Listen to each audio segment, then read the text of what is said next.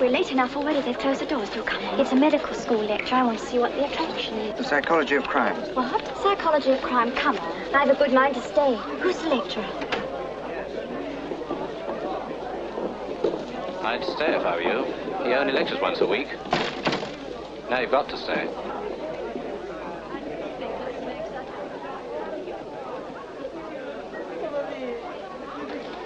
Up to this point in the present series of lectures, we've dealt exclusively with abnormal mentalities.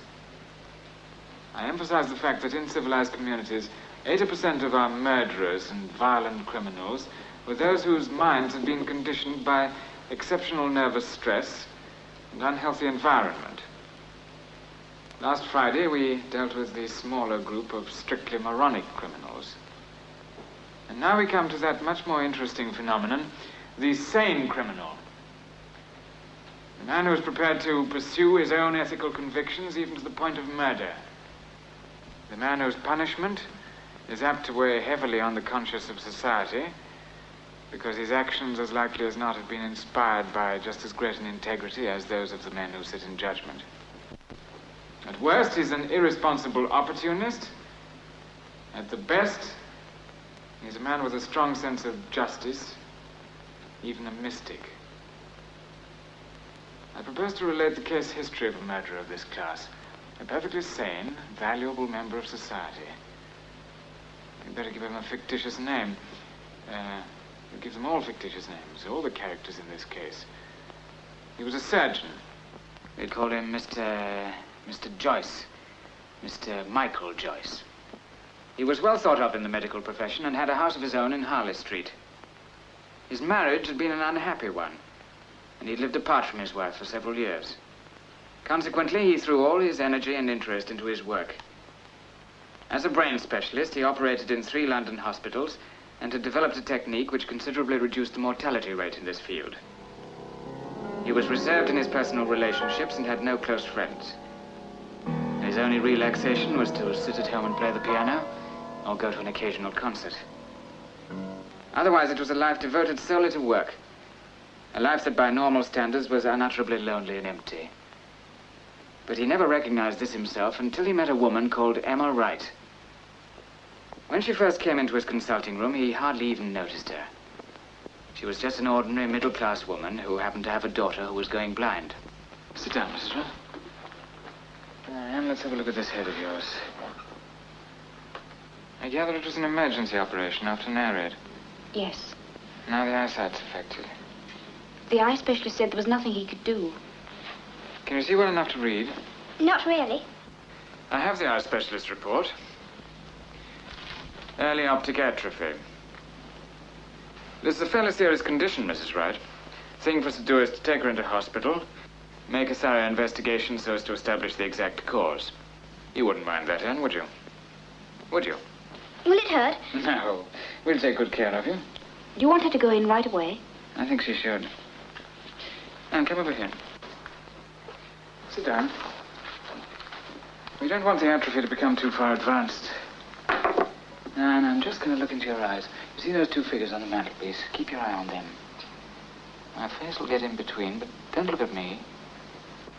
The personality of the child's mother remained for the time being a matter of no great importance. But after the child had been submitted to a series of tests, and X-rays had proved that her trouble was due to a small foreign body lodged anteriorly to the optic chiasma, it became obvious that a fairly serious operation was necessary, and the relationship between these two became inevitably less remote. Will it be very dangerous, the operation? To her life? There's always a risk with a major operation. How great a risk? The mortality rate with this operation is 1%. And if you don't operate? She'd go blind. Oh, if only my husband were here, he'd know what to do. I hate to go ahead without him. We might consider putting it off for a short time if he's coming home soon. Not for several months, I'm afraid. In that case, I shouldn't advise it. Every week that we let it go, it gets progressively worse. I know. I know you're right, but you don't think she... I mean, she couldn't be among the 1%. In my mind, there's no question at all. I've met this problem before on many occasions, always with complete success. I wish you felt you could trust me. It isn't that. I'll do what you say. Well, I suggest we leave Anne here at the hospital. She's comfortable, and I'll operate as soon as it can be arranged. All right? All right. There's nothing to it, Anne. We give you something nice to make you go to sleep, and when you wake up again, it's all over. Then you'll be able to see properly again. Oh, Mommy, they want to cut my hair off. But, darling, it'll grow again. Oh, must I stay here, Mommy? Mr. Joyce will take great care of you. Oh, don't go, please, Mommy. How would you like your mother to stay with you till you go to sleep? Can't she stay with me until I wake up again? She can stay with you all the time if she likes. Oh, yes, please, Mommy. He says you can. All right, darling, I'll stay. I'll see you later, Anne. I won't be a minute.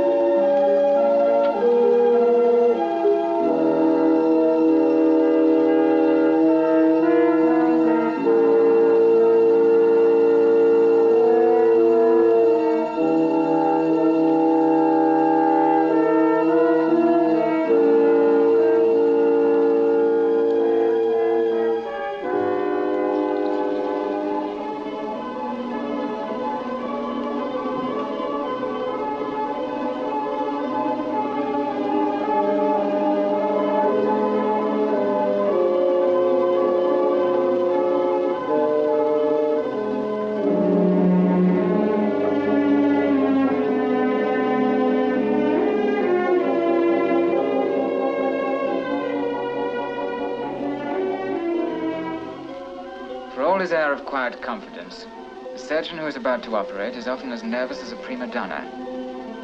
This was exaggerated in the present case by the feverish devotion of the child's mother, which had conveyed itself to Michael Joyce and robbed him of that cold detachment which is a doctor's great strength. Never before had he been so acutely aware of the identity of the piece of human material he was working on as he took the scalpel and made the first incision, and as the sister handed him the artery forceps.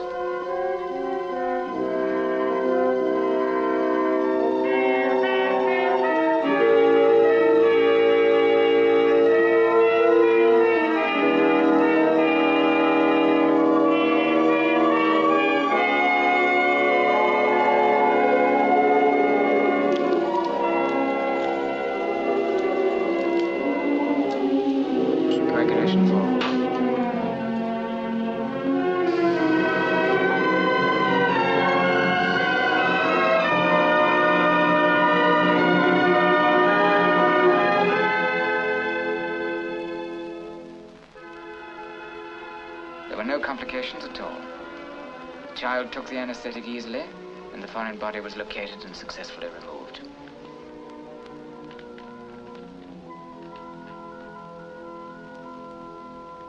The chief sufferer, of course, was the wretched woman who had been pacing up and down the waiting room for 2 hours. She broke down as soon as Michael Joyce came in and made his report, and only pulled herself together when she remembered rather guiltily the promise she'd made to Anne to stay with her throughout the operation. She was anxious to get back to her before she came out of the anesthetic. There was another woman in the room with her, whom she introduced as her sister-in-law, a Mrs. Catherine Howard, a rather overdressed young lady who seemed to have very little interest in Anne's welfare. They had to wait some weeks to find out whether the operation had actually succeeded in saving Anne's eyesight. Meanwhile, they shared the daily uncertainties and anxieties. Emma Wright depended more and more on the feeling of confidence which he gave her. And when it became obvious that Anne was on her way to recovery, she was tremendously grateful to him. A feeling which Michael Joyce did not mistake But he knew that his own interest in her was greater than it should be. Without admitting it to himself, he began to dread the day when the job would be completed. The day of the final examination, after which Anne and her mother were to return to their home in the country. Anne and I went to the pictures last night. The first time for over a year. It was all coloured. Well, I don't suppose we shall see you again. I hope you will. I hope so, too. Not professionally, of course. The sun's come out, Mummy. We'll go to the park, shall we? Goodbye. Are you really going to the park? Yes, why? Do you mind if I go with you? Of course not. But oughtn't you to tell someone you're going out? I'll tell them when I get back. Then there can be no mistake about it. He should have said goodbye when their relationship came to its natural conclusion. But he couldn't bring himself to. She represented all the things that were so painfully lacking from a life devoted to textbooks and operating theaters. She was so simple and unaffected. She told him about Philip, her husband. How his work as a geologist had kept them apart for years at a time.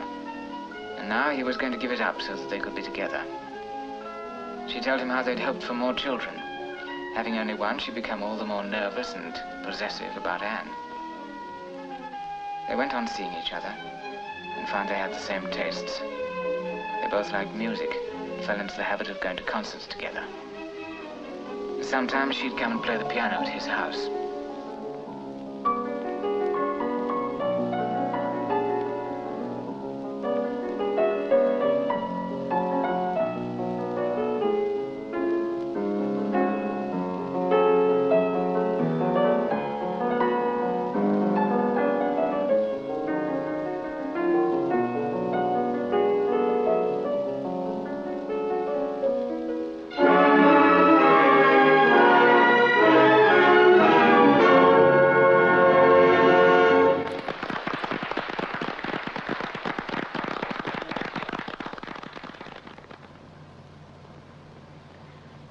I feel awfully guilty making you drive out all this way. It's all right. I really should have stayed in town, only I hate leaving Anne alone at night. I'm relying on you to show me the way. I don't know this part of the country. Oh, I know the road. Good. Wait a minute. And we lost? Oh, it's all right. That's our chapel. Your chapel? Yes, you can see it from my bedroom window. Draw up when we come to it. I must show it you. All right. There used to be great ructions in the family about it.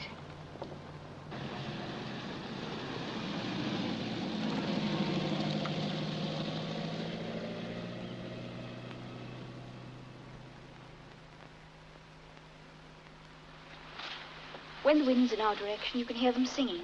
I rather like it. The sound drifts across and, oh, I don't know. It's rather peaceful. Some people hate it. Kate was always trying to get Philip to sell the house. That was before she was married, of course. Then after she came back here, after her husband was killed, she started all over again. She says Clay always plays out of tune. Who's Clay? Our gardener. He plays the organ here. Kate thinks we ought to get rid of him because of it. Why? Does it affect his gardening? Oh, no. It's just that Kate thinks that if he hadn't a job, he might go and live in another district, and then there wouldn't be anyone to play the organ. Who's Kate? My sister-in-law. You met her one day at the hospital. Did I? Don't you even remember the people you meet? I remember the important ones. The ones I want to remember. That's our house up there. There's something I've been wanting to ask you all the evening. Yes? It's just, are you divorced? No. Diana doesn't want a divorce. Why do you ask? Oh, no reason. I just wondered. We ought to be going. It must be awfully late.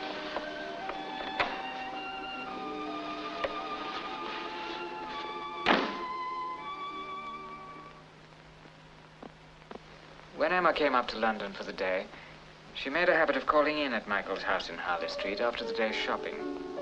And often they'd have dinner together afterwards.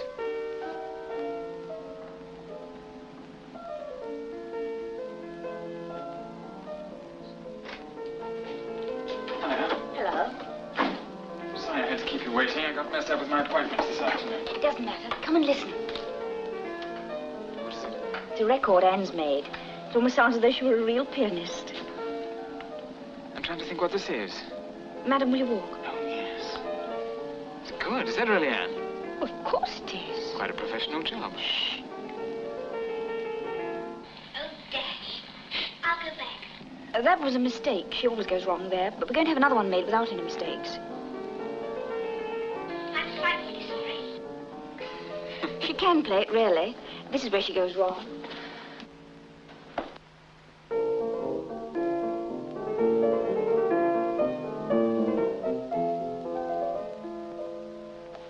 She used to play very well. After the accident, of course, she had to play from memory. I made her go on practicing. Emma, do you love your husband?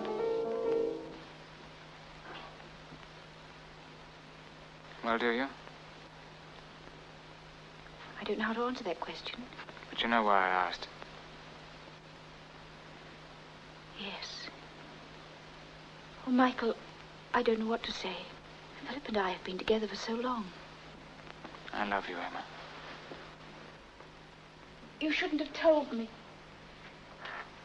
If we kept quiet about it, we might have gone on seeing each other. It wouldn't have worked. I suppose not. I wanted you to know. I did know, Michael.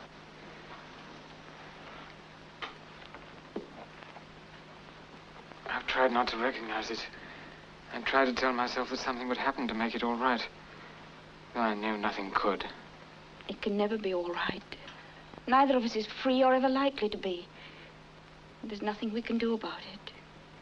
We won't see each other again after today. No. I'll miss you.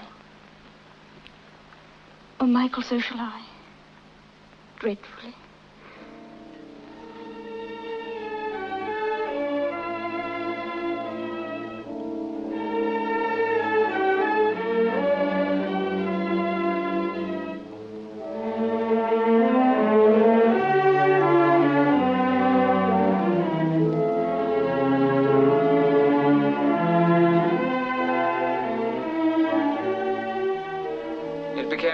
Difficult for them to end their association, though neither was happy about it. Emma's husband was giving up the work he liked so as to be with her, and she was torn between her loyalty towards him and her love for Michael Joyce. Finally, she decided to write to her husband and explain what had happened, and to ask him to release her.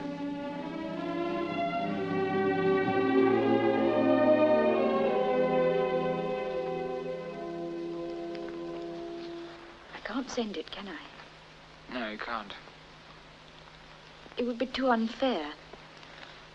It's Anne I'm thinking of course. Yes, well, there's your answer.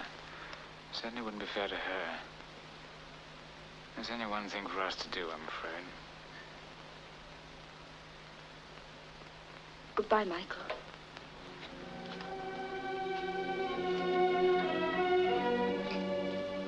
No, don't come near me. We must never see each other again.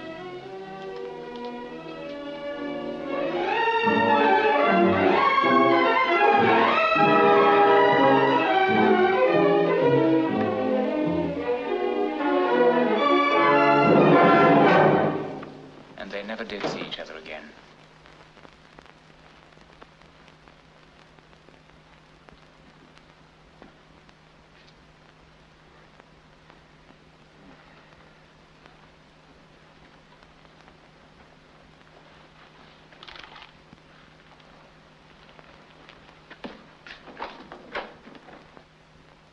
Good morning, Mr. Joyce. Good morning. Isn't it terrible about Mrs. Wright? Mrs. Wright. You remember, the mother of the little girl. Come on, I'm having fun. Oh, will you come in? Take a seat in here, please. What about her? Oh. Oh, Mrs. Wright. She fell out of a window and broke her neck.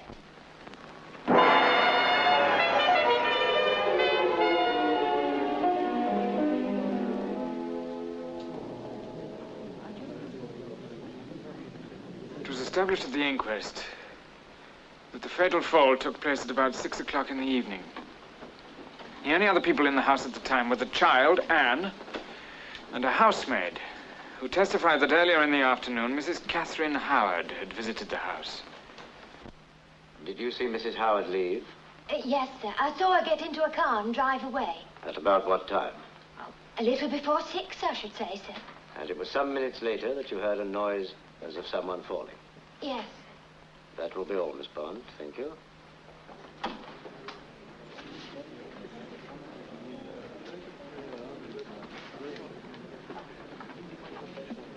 Repeat after me. I swear by Almighty God. I swear by Almighty God. That I will speak the truth. That I will speak the truth. The whole truth. The whole truth. And nothing but the truth. Nothing but the truth. You are Mrs. Catherine Howard. Yes. And your address is? I live at the Arcadia Hotel. Yes.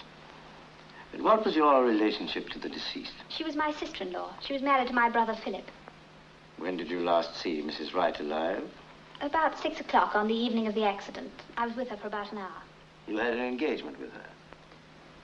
Well, not exactly an engagement, but she knew that I might stop by. Was she actually expecting you to stop by?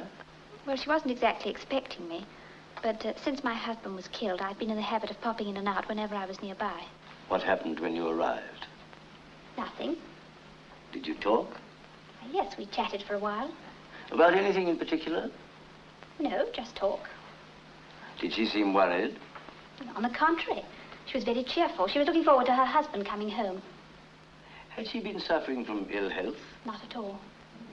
Then there was nothing in her manner to suggest that anything was wrong. Certainly not. Oh, but she did have a great fear of heights. She had a great fear of heights. Do you mean that she mentioned it on this particular afternoon? Well, no. Why did you mention it just now? Well, it seemed to me the only possible explanation for her falling out of the window. I see. What was Mrs. Wright doing when you left her? She was in her room. I think she was going to turn out her stocking drawer. Thank you, Mrs. Howard. That will be all.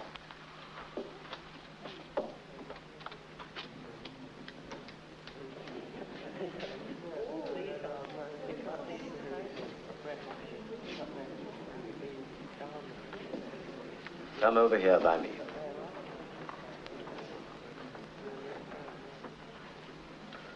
Now, Anne, you understand what is meant by telling the truth, don't you? Yes. It's very important that you do, because I'm going to ask you a few questions, and I want you to answer them truthfully.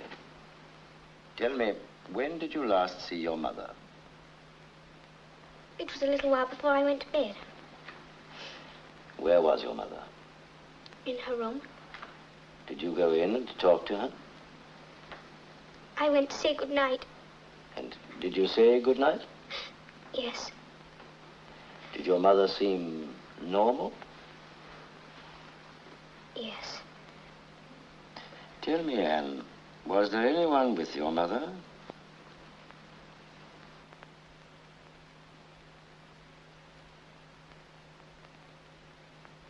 No. Nothing happened that seemed unusual to you? No. Thank you. That will be all.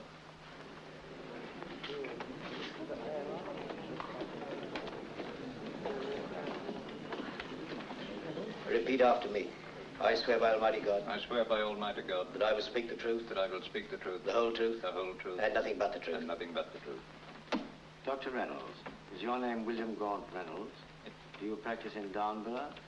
Were you called in this case? Yes. What time did you get there? About 6:30 in the evening.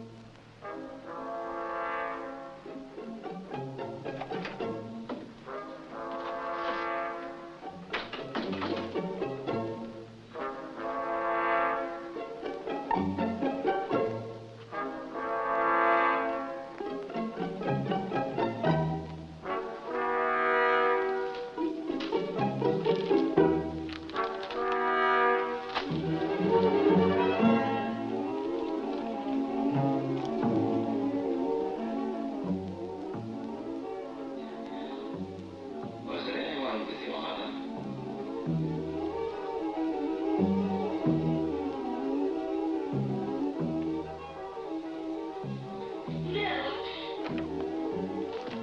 Will you be in to dinner tonight, sir? No, no, I've got to go out. Very good, sir. Catherine Howard, your address is? I live at the Arcadia Hotel.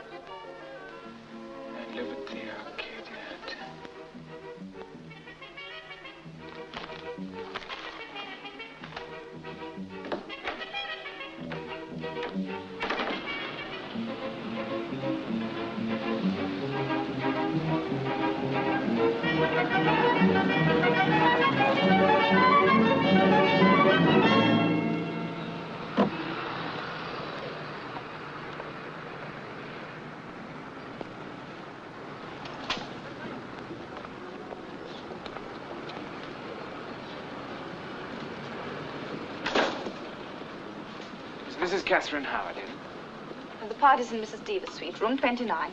Party? Oh, I'm sorry, sir. I thought perhaps you were one of the guests. Yes, I am. Room 29. Second floor. Thank you.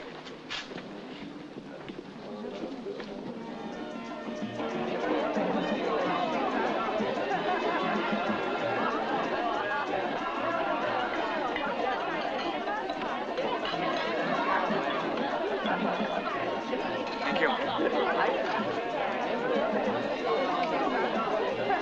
Oh, I'm so glad you were able to come. We're in such a muddle. Everybody seems to be here. I won't have to introduce you. Oh, look, there's Joan Scott Trotter. Joan, I want you to meet Mr. How do you do? Albert. But I can't bear to see people without anything in their hands. There. Thank you. Oh, dear, I might have known she'd turn up. Oh, darling, I'm so glad you were able to come. These are the ones we ought to avoid. Why, what's wrong with them? After Jenny Deaver's last party, Judy Hammond went blind.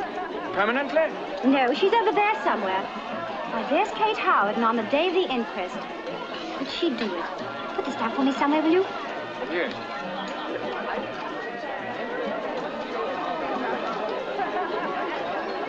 Excuse me. You're being very unsociable. Why, there's someone here I know you'll adore. She's longing to meet you. Sylvia, darling, you don't know Peter, do you? She's dying to meet you. Got a drink? Good. What on earth is that waiter doing? Is your name really Sylvia? What's wrong with Sylvia? Nothing at all. Only mine isn't Peter. Excuse me, I must take this drink to someone. I just love that hat. Hello. Hello. That's the new one. Why, hello, Doctor. I never expected to find you at a cocktail party. I hardly expected to find myself at one. Have you been here long? Now, I've only just arrived. You're looking very well. Oh, I'm an absolute wreck. I've been having the most awful time. I expect you read about it. My sister-in-law, Emma Wright, you know, she fell out of a window and got killed. Yes, I did hear about it. I've just come straight from the inquest. I wonder if I dare try one of these. I shudder to think what's in it. Catherine, you poor dear. What really happened? Did you throw herself out, you think? No, of course she didn't. Is one of those going begging? I'll die if I don't have a drink. I'm afraid this belongs to Mrs. Howard. You might find one over there, though. Now, don't go away, Catherine. I simply must hear it all.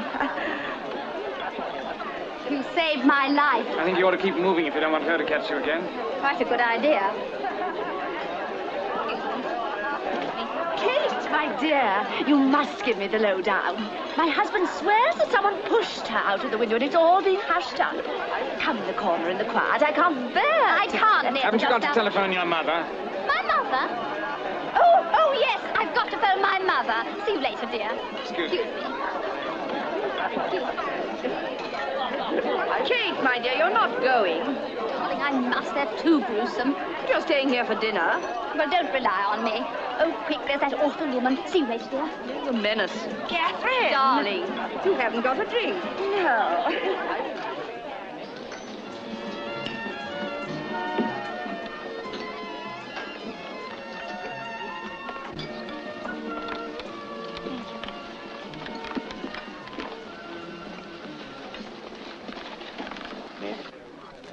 Thank you. Thank you. I'm really not suitably dressed to be here. I ought to have changed, I suppose, but I've had such a hectic week, what with the inquest and everyone ringing up and asking silly questions about Emma. I do sympathize with you. All I know is she left me with a load of debts.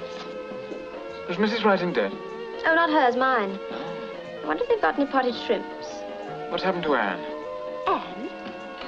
How do you know Anne? I operated on her. Why, yes, of course, so you did. How silly of me. You know, I think I had one too many at that party. I almost forgot for the moment who you were. Well, what has happened to her? Oh, she's gone to Portsmouth. Emma's mother has a house down there. There's a dreary old miser, if ever there was one. She hates me, as if you cared. I do care. I'm most interested. You're just being very polite and sweet. Frankly, I'm bad. It's fatal to have a drink at Jenny Deaver's. You never know what she's going to put in them. It'll pass off as soon as you've had something to eat. Tell me about the house. What's happened to that? What house? Mrs. Wright. Oh, it's up for sale. Already?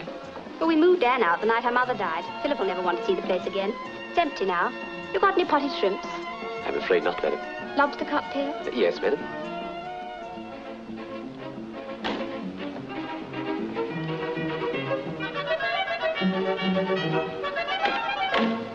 Would it be very forward of me to hope that I shall see you again? If you'd held your breath a moment longer, I should have suggested it myself. Well, Well, are you free tomorrow evening? I'll see that I am. All right. Same place? 6 o'clock? In the bar? Wonderful. Good. Good night. Good night.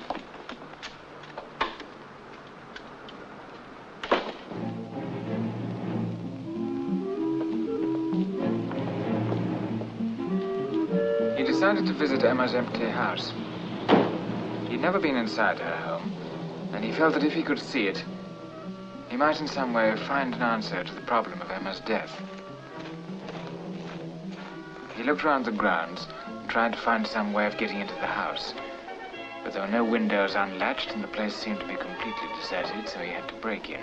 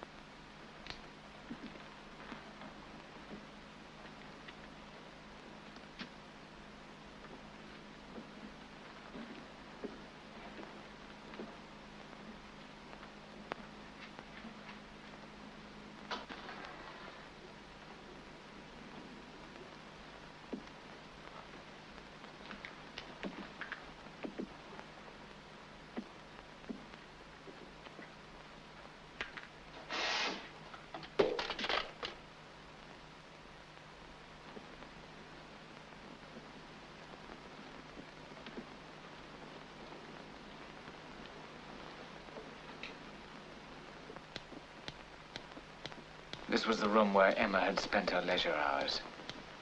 Everything was just as it must have been when she was alive. Her piano, and Anne's.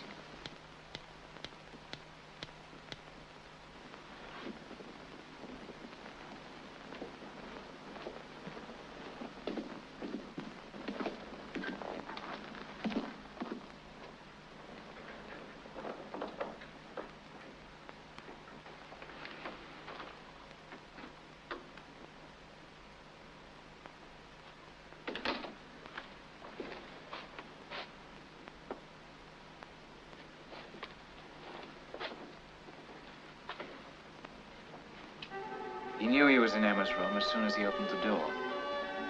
There was still the faint smell of her perfume.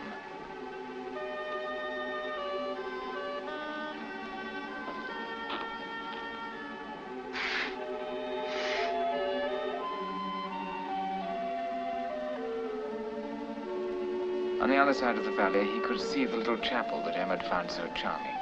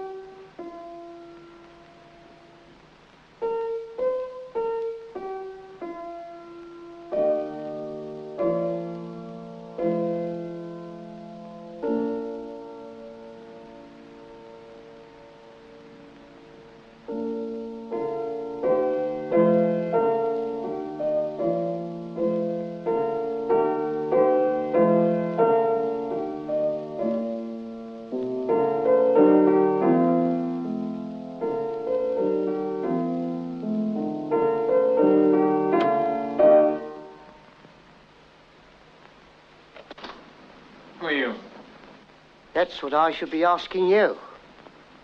I didn't know there was anyone here. No doubt you didn't. But that's no excuse for breaking into other people's houses in the middle of the night. You can be had up for this. Yes, I suppose I can. Are you looking after this place? I'm the caretaker. Did you take anything that doesn't belong to you? No, certainly not. It's rather difficult to explain. It's just that you haven't got a piano of your own, I suppose. It's all right, I believe you. No sensible burglar's going to start flexing the piano while he's on the job. Did you know the lady who owned this house? Know her? Why, I worked for her for 10 years. I looked after the garden. Oh, are you the gardener who plays the organ at the chapel? Oh. You know about me. Ah, yes. Look here, there's no point in our standing out here in the cold. I've got the kettle on. Would you like a cup of tea? There's nothing I'd like better. Come down to my room. I gather that Mrs. Howard didn't take very kindly to your organ playing. Mrs. Howard, poking her nose into everyone's business. Gave the poor lady a nice dance, I can tell you. Shocking tragedy. Ever such a nice lady. I'm usually in bed by this time. If I'd broken in earlier, I might have played the piano in peace. If you picked the right night, you could have made yourself at home the whole evening. Oh, really? Yes. I always cycle over to my sister's on Fridays. Kind of breaks the monotony. Thanks for the information. If I were a burglar, I could use it. You're no burglar. I can see that. I knew Mrs. Wright. I wanted to have a look at the scene of the accident. Accident? It were no accident. The coroner said it was. And what if he did? Does it seem likely to you that a lady would fall out of a window she'd been looking out of for 10 years? A lady that was perfectly healthy and didn't suffer from a fear of heights, no matter what some people said at the inquest. Help yourself to milk. Thank you. She's a real devil, that Mrs. Howard. You seem prejudiced. It's not only me. Doris would bear me out. Sugar? No, thank you. And cook. Mrs. Howard lived here for a time after her husband was killed, and she'd never let Mrs. Wright alone. Always nagging and getting on her nerves. And Mrs. Wright was that soft-hearted, she was very easily upset. Yes, I know she was. And then there was the scene about the carpet. What about the carpet? Oh, she stole it, Mrs. Howard did. Stole a carpet? Mrs. Wright let on she gave it to her just to save Mrs. Howard's face, but we know different. They say Mrs. Howard got a tidy sum for it. Did she? I imagined Mrs. Howard was fairly well off. Well, she had a lot of money by her husband, but that didn't stop her trying to get more. Have another cup? No, thank you very much. I must be moving. Yes, tried to get me the sack just because she didn't like my organ playing. Are you fond of singing?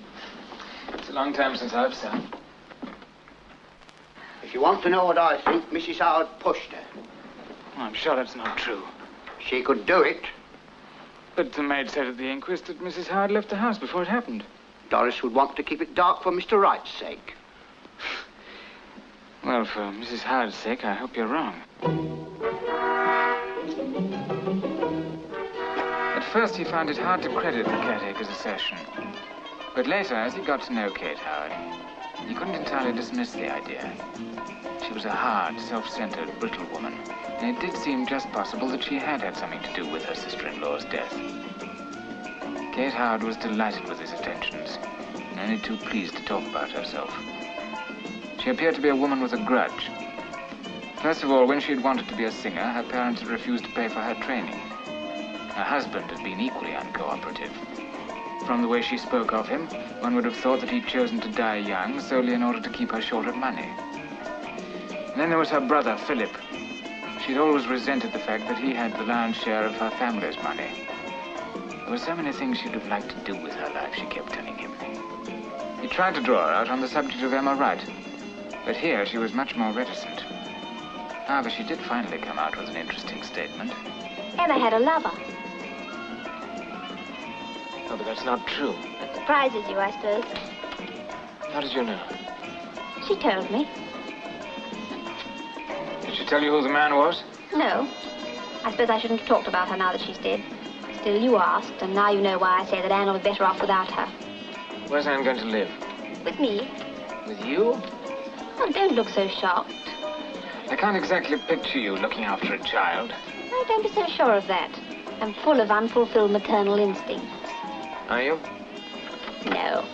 I've arranged for her to go to boarding school. I don't expect to hear of her again till the summer holidays. Come and sit down over here. You're such a long way away. Is her father satisfied with this arrangement? Oh, yes, he cabled me to make a home for her. And you call sending her to school making a home? Now, don't you start on me. I've had quite enough trouble from Anne. She wants to be allowed to stay on with Emma's mother. Philip wants her to be brought up by someone younger, hence me. I see. When does she start her school? Monday. I've got her coming to town tomorrow to get her teeth fixed before she goes. It's a sickening responsibility, still it can't be helped. I presume your trouble will not go entirely unrewarded. Oh, no. Philip's making me an allowance to take care of her. I shouldn't have taken it on otherwise. Still, it's an awful nuisance. Poor little Anne. Don't waste your sympathy on her.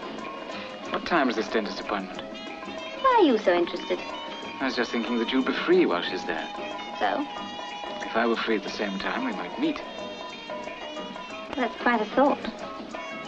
Kate was completely unsuspecting when he made an appointment to meet her for tea at the Savoy at 4 o'clock. He never had any intention of keeping this appointment. He had to see Anne. And he had to find a way of seeing her alone. My aunt told me to come and wait for her here when I've finished with the dentist. Come in, will you? She's having tea somewhere. She's going to pick me up afterwards. Will you wait in here? I know this room.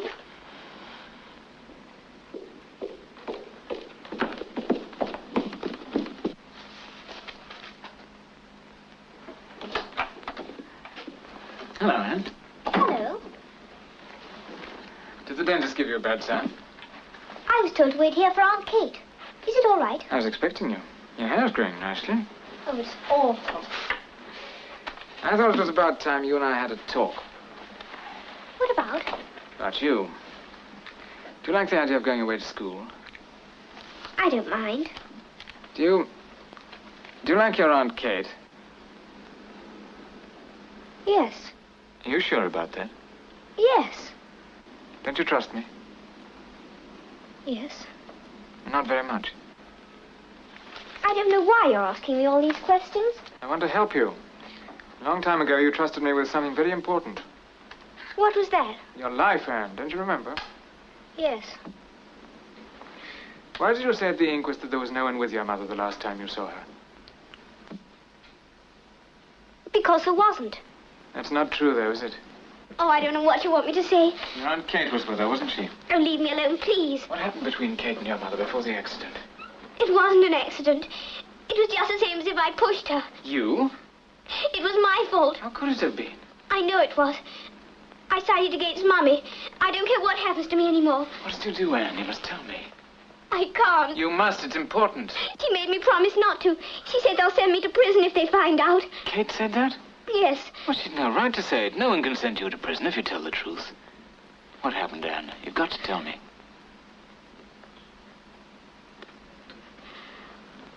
I went up to Mummy's room to say goodnight. I've been playing in the garden since tea time. I knew Aunt Kate was with Mummy, and as I reached the top of the stairs, Aunt Kate was coming out of Mummy's room. She was angry, and she talked in a very quiet voice to me. She said she had something very important to tell me. Then she started. She said the most horrible things about Mummy and some man. There was going to be a divorce, she said, and I'd have to give evidence against Mummy. I'd have to tell him in court for Daddy's sake all the awful things Mummy had done. I suppose Mummy must have been listening all the time, because suddenly she told Aunt Kate to get out of the house. But she wouldn't go. Mummy told me to come to her room with her, but I wouldn't. I don't know why.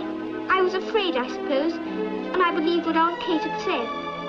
I believed it then. It was only afterwards I saw how wicked she was. I heard Mummy slam the door of her room when she went back in. I never saw her again.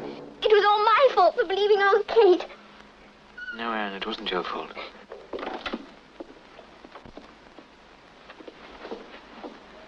Oh, what in the world happened to you? I'm afraid I couldn't make it. I can see that. Where have you been? I got held up. Well, you could have telephoned me. I waited for you over an hour. As it happens, I had more important things to do. I don't know who you think you are. I'm not in the habit of paying for my own tea. Come along, Anne.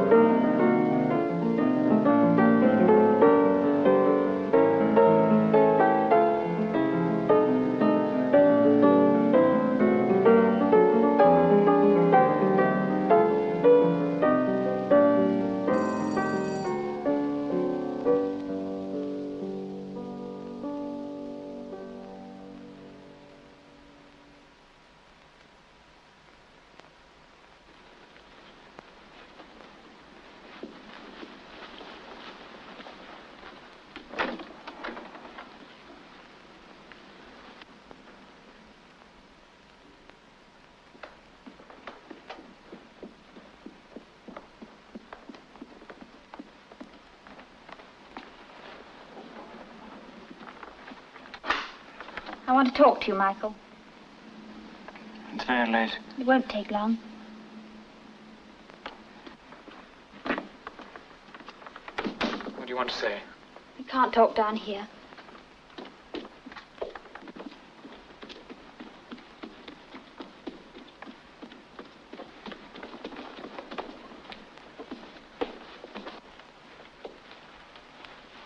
I realize it was very silly of me to be so annoyed with you this afternoon.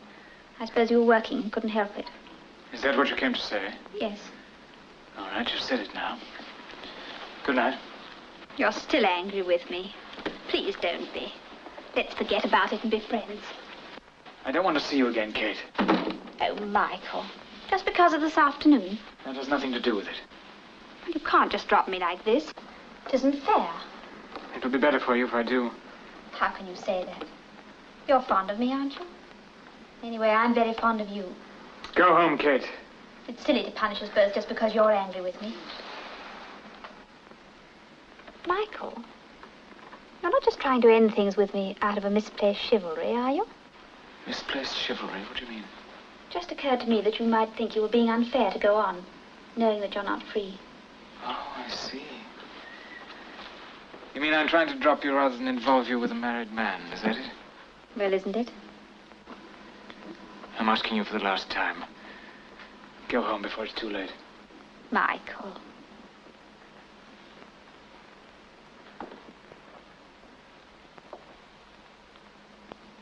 I don't care about a lot of silly conventions.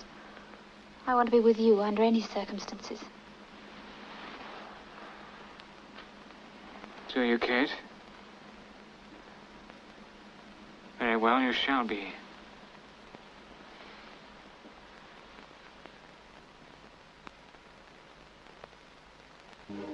She had made up his mind for him. That was the end for Kate. He now began to make his plans for the revenge he'd thought of for so long. He arranged for his junior to take over his patients and established at the hospital that there was a possibility that he might not be available for the coming fortnight. He wanted to be prepared for every emergency. If something should go wrong and prevent him carrying out his plan at once, he didn't want his absence to be noticed. He'd left himself with only one appointment before his meeting with Kate Howard. This was a routine job of an educational nature, which he did at regular intervals as a sideline. While he was engaged on it, his mind was working out the practical problems which would be involved by this plan he'd formulated. It was a Friday night. That was going to make things easier for him. He'd arranged to pick her up at a lonely part of the embankment. On his suggestion, she'd told her friends that she was going away for a few weeks. As they drove out of London, she was full of the usual chatter, never suspecting for a moment his real feelings towards her. Until they'd actually arrived at Emma's house, she'd no idea where he was taking her. The house was for sale. He wanted to see it. She accepted this explanation. He knew that no one would answer the bell because he remembered the gardener telling him that he always went over to his sister's place on Friday nights. The window was still broken as he'd left it on his last visit. She followed him upstairs to Emma's room and over to the window out of which Emma had fallen. He drew the curtains, threw open the window. Then he told her that he was the man Emma had loved, that he'd found out that she was responsible for Emma's death. And now she was going to die the same way Emma had died. He told her to throw herself out. At the last moment, she started to scream. Then she fell.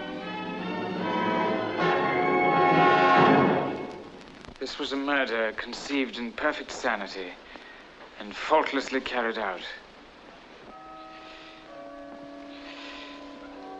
I'm afraid I've taken rather longer with this story than I'd intended. I shall have to leave the more general discussion of the subject until next time. May I ask you a question?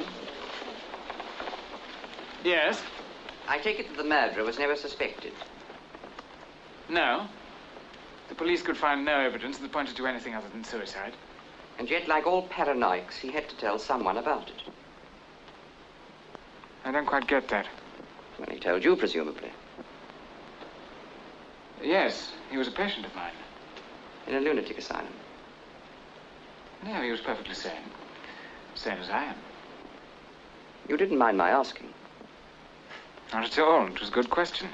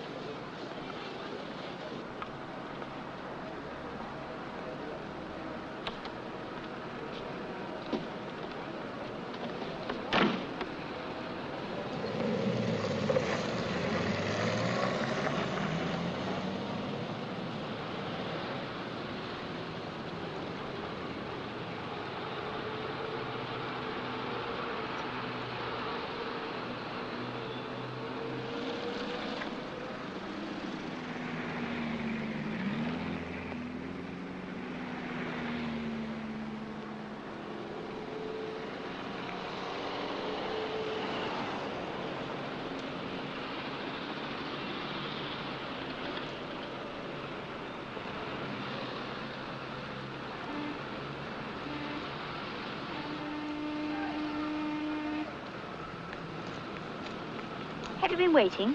I'll take that.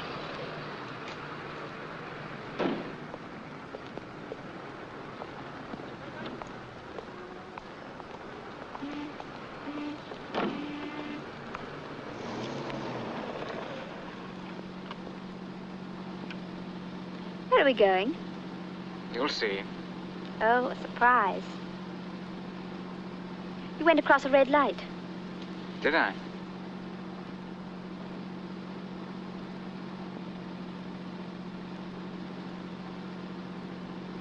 You hate women who make up in public. I've never thought about it. So much for that little subject of conversation. Perhaps you'd like to talk about yourself. What was your appointment this evening? I was giving a lecture on criminology. Well, what have you got to say on that subject? I told a story about a man who killed a woman for revenge. He was carrying things a bit far. Mad, I suppose. No, he was perfectly sane. Oh, no, they always have a kink somewhere, those people who do violent things. Take my sister-in-law, for example. How does she come into the argument? She must have been a bit mad to do a thing like that. Like what? Committing suicide. What makes you say it was suicide? It was an accident. What's the matter? I thought for a moment that was that awful chapel near her house. We're going to her house. Whatever for? You said it was up for sale, didn't you? Well, so it is. I might buy it. Well, what a time to choose to go look over a house. You must be demented.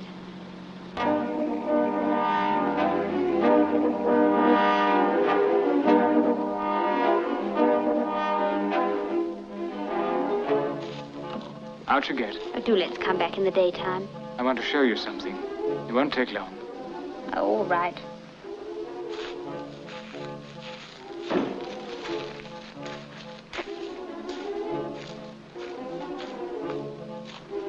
Where are you going?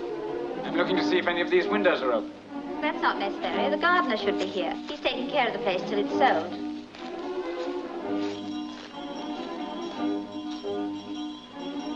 There's a window broken here.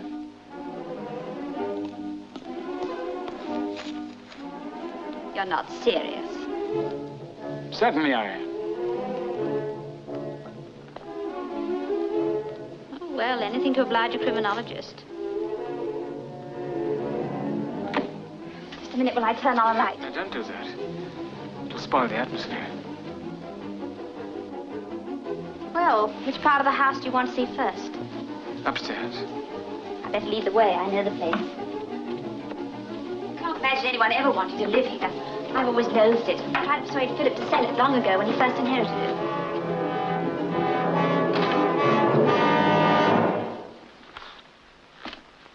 This was her room. That's right. How did you know? I've been here before. When? What really gave you the idea that she had a lover? She told me so. Now tell me the truth. All right. I overheard them talking on the telephone. I listened on the extension. Didn't you recognize the man's voice? No. But you do now.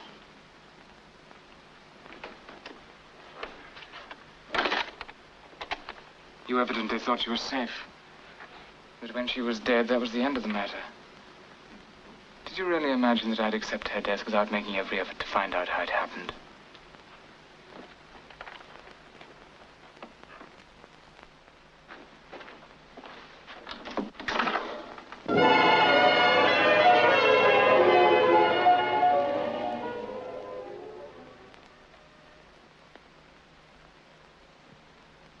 Come here.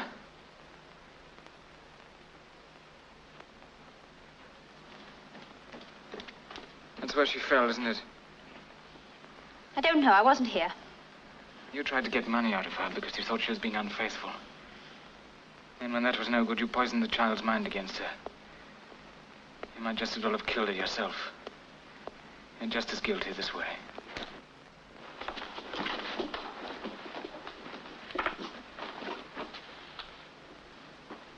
What was that for? I don't like being locked in a room with a madman. I can get that key from you anytime I like. If you don't let me out of here, I'll scream. There's no one to hear you. The gardener's here. He'll hear me. Why don't you scream then? Because I want to give you the opportunity of letting us get out of here with dignity. The gardener goes over to his sister's on Friday nights. This is Friday night. Let me out of here. He told me so himself. That's why I picked tonight. He's not at his sister's. He's here. That's him playing the organ. No one else ever plays it. You can't do anything to me now. He'll be back soon. Not soon enough. You're raving mad. I'm going to make you do to yourself what you did to her. Let go of me. I won't. Like suicide. The organ stopped. He'll be back. He'll be back here.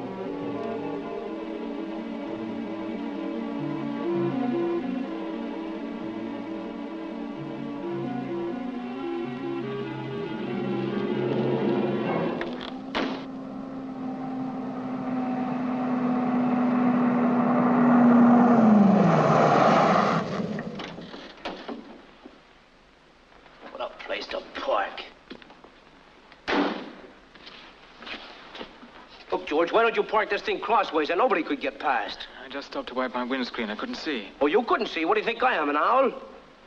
Where are we, do you know? Yes, we're on the main Portsmouth Road. Thank goodness somebody knows. That's where I'm supposed to be headed. I can tell you how to get there. Directions in England? Are you kidding? No, thanks. I'll just follow you. No, you can't do that. I turn off just up the road. That's all right. I'll follow you that far. Give me a highball when you turn. Okay.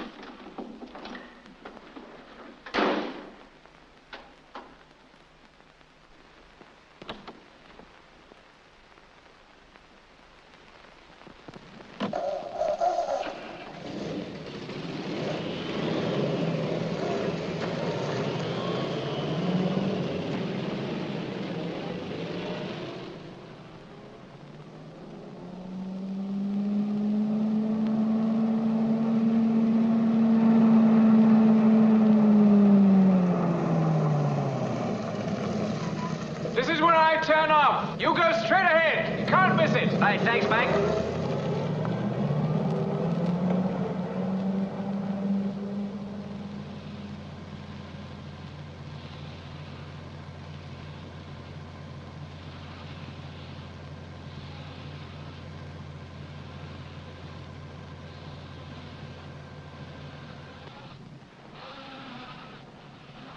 Oh, can you help me? I've run off the road. My car's ditched. I'm afraid I can't stop. I'm in a hurry. Well, perhaps you'd be good enough to give me a lift. No, I'm sorry. I'm afraid I can't. I've got an urgent case.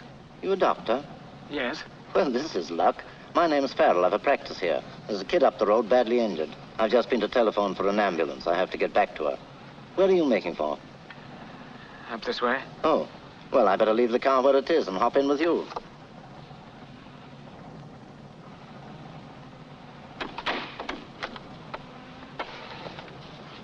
Oh, just a minute. I must get my bag.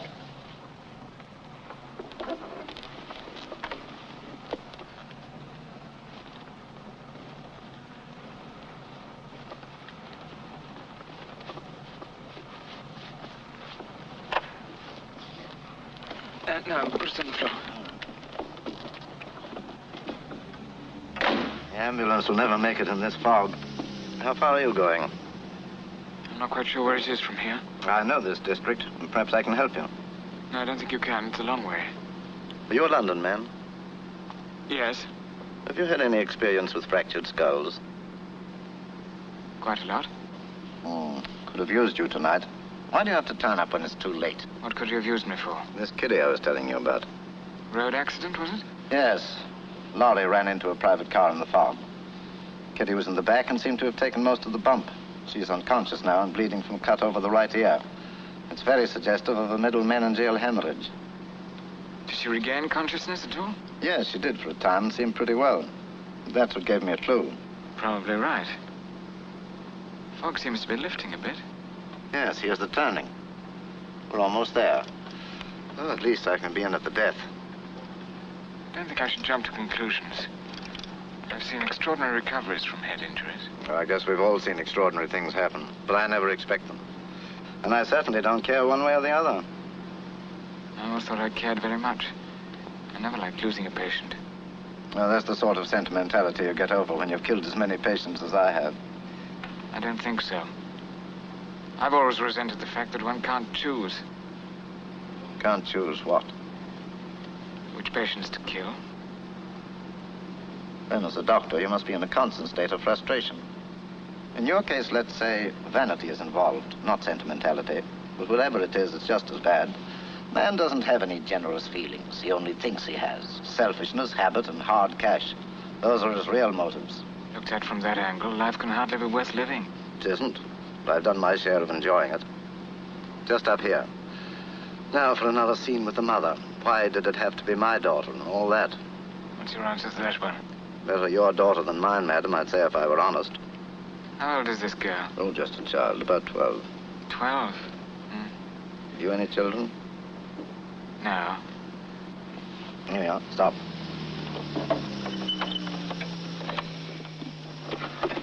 Oh, I suppose I couldn't persuade you to look in for a moment and give a little presence to the case. It's always a great comfort to the parent to have a second opinion say there's no hope. Maybe there is hope. She's still alive, isn't she?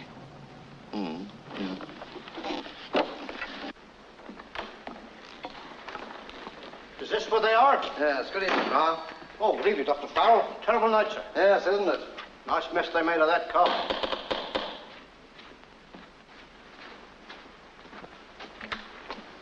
Oh, Doctor, we thought you'd never get back. I managed to get another opinion. This is Dr. Where's the patient? Oh, Doctor, she still hasn't moved.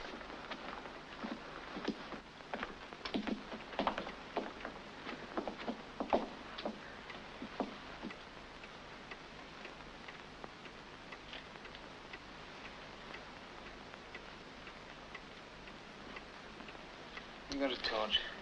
Ah, thank you.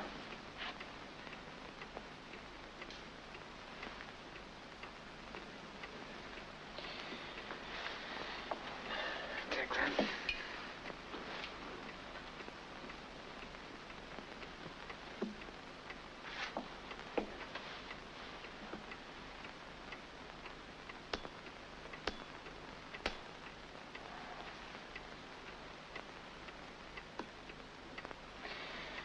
Yes, you're quite right. She's bleeding from the middle meningeal. Will she be all right?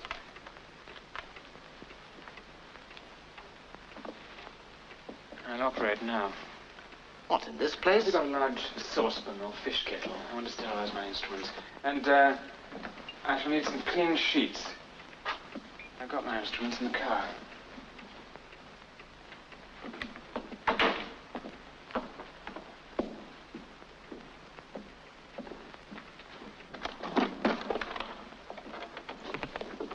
It's not worth taking a chance. If she dies during the operation, there'll be an inquiry.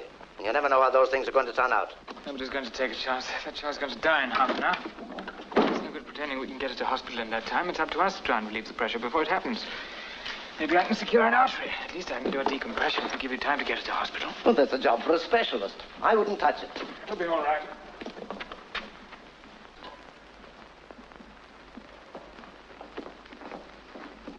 Well, it was this way. We come out of the bend. We couldn't have been doing more than 8 miles an hour, and there's a grinding noise and we'd had it. Ah, sure, that's women drivers all over. They never look where they're going. She was gazing at the side of the road with still a glance in front of her. You should have swerved over. How could we? We never saw her until she was on us, and then she was going on the wrong side of the road. Well, one of you better come with me and show me what's what. All right.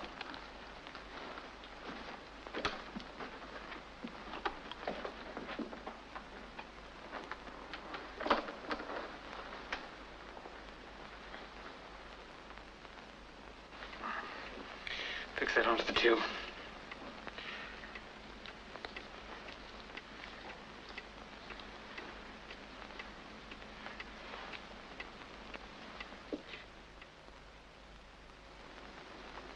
Thank you.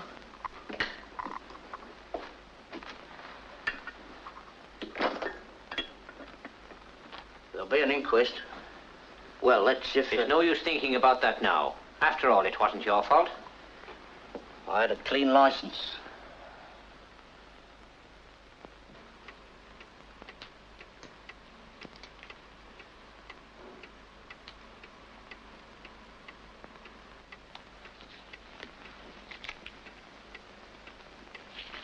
Respiration's failing. Have you got any chlorine? I don't carry it.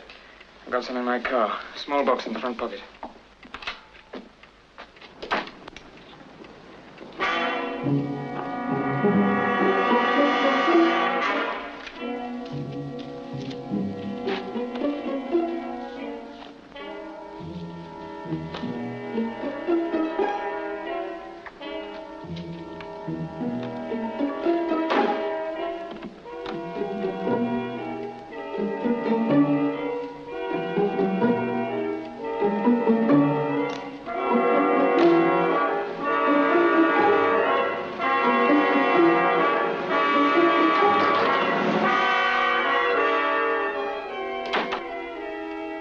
It wasn't in the front, but I found it.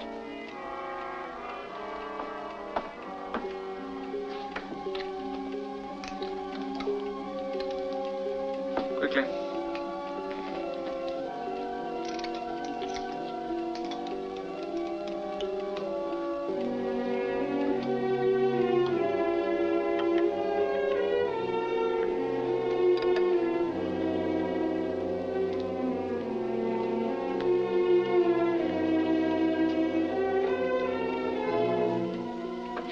That's all I should want for this.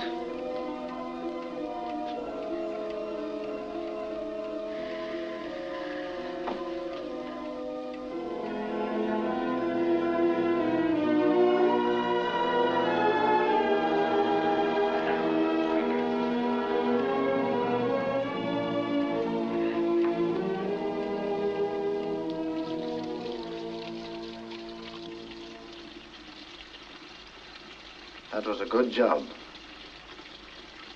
I hope so. It's your line, I suppose. Yes. She has a good fighting chance now. It gives you a feeling of elation, a feeling of control over people's destinies. You find that? Certainly not. I was trying to assess your reactions. A spectacular recovery, of course, would do my practice a world of good. Apart from that, it's all one to me whether she recovers or not. You expect everyone else to feel like that? Not you. I'm not speaking of obsessionals. I'm speaking of the normal, the perfectly sane. Let me put it this way. The vessel which we normal people use for imbibing experience is a stout austerity model, which doesn't crack. With others, like yourself, the glass, though of superior design, cracks quite easily. Now, instead of leaving it upturned on a shelf, a danger to all, it should be thrown away. I don't accept your diagnosis. The doctor dispenses death and healing with blind impartiality. He's not supposed to weigh the merits of an individual case and exercise a sense of justice. I resent that. What I did today, and you know what I'm talking about, was just. It was a gesture of independence by a sense of justice which years of professional practice have threatened with atrophy. Today I sat in judgment. Oh. Paranoia. My diagnosis was quite correct. You are mad. Who's the owner of that car outside? That must be Dr. Farrell's car. Dr. Farrell? That ain't Dr. Farrell's car. It's a big black one. Must be the other one. Who's here? Dr. Farrell's car must be outside somewhere. There's only one outside. Thank you. That ain't Dr. Farrell. He left his down the village. And who's the other one? Yeah, no, the big one. I'll ask him one or two questions. She looks better, doesn't she? Yes, her color's good. Beginning to look very different. He was wonderful. I shall never be able to thank him. Where is he? I don't know. Look, Doctor, she moved. Oh, we must expect that now that she intends to live. Are you the owner of that car outside? No. Who does it belong to? I don't know. Why? I nearly ran right into it. He's parked outside without a rear light. Oh, is that all?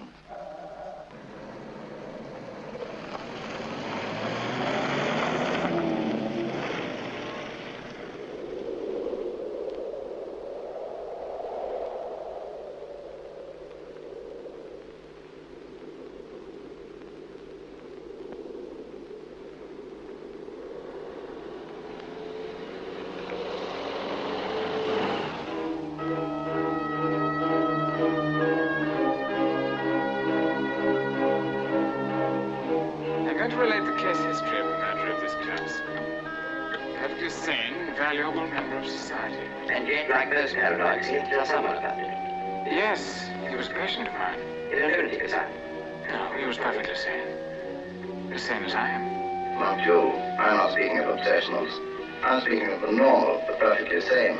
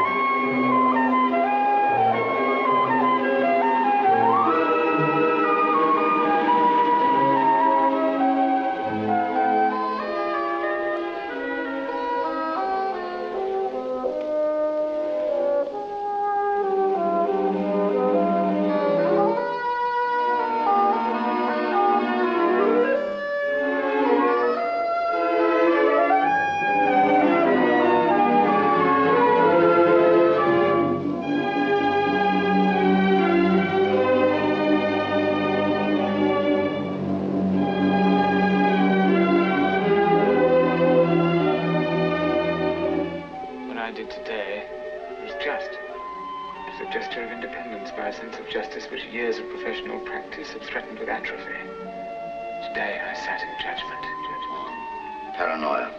My diagnosis was quite correct. You are mad. You are mad. You're raving mad. You're raving mad. You're raving mad.